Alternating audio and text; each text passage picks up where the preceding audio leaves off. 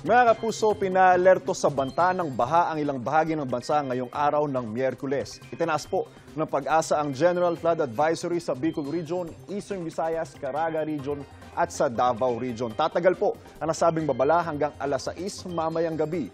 Ang inaasahang ulan ay epekto po ng habagat o kaya dahil sa trough ng bagyo na nasa labas ng Philippine Air Responsibility. Kaugnay niyo mga kapuso, inulan po ang ilang bahagi ng Metro Manila kabilang ang Pasig kaninang pasado alas 6 ng umaga. Malakas ang bus ng ulan sa Ortigas Avenue Extension sa Barangay Santa Lucia. Tumagal po yan ng may 10 minuto ayon sa ilang residente.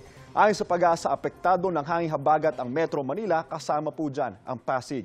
Sa Menjola, Maynila, umulan din at basa pa ang kalsada. Mga kapuso, sa mga oras po ito, live po ito.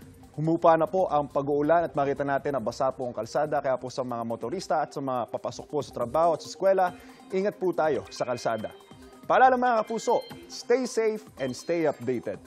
Ako po si Anjo Pertiera. Know the weather before you go. Para Mark Safe lagi, mga kapuso. Kapuso, para laging una ka sa mga balita, bisitahin at mag-subscribe sa GMA Integrated News sa YouTube. Sa mga kapuso abroad, samahan nyo kami sa GMA Pinoy TV at sa www.gmanews.tv.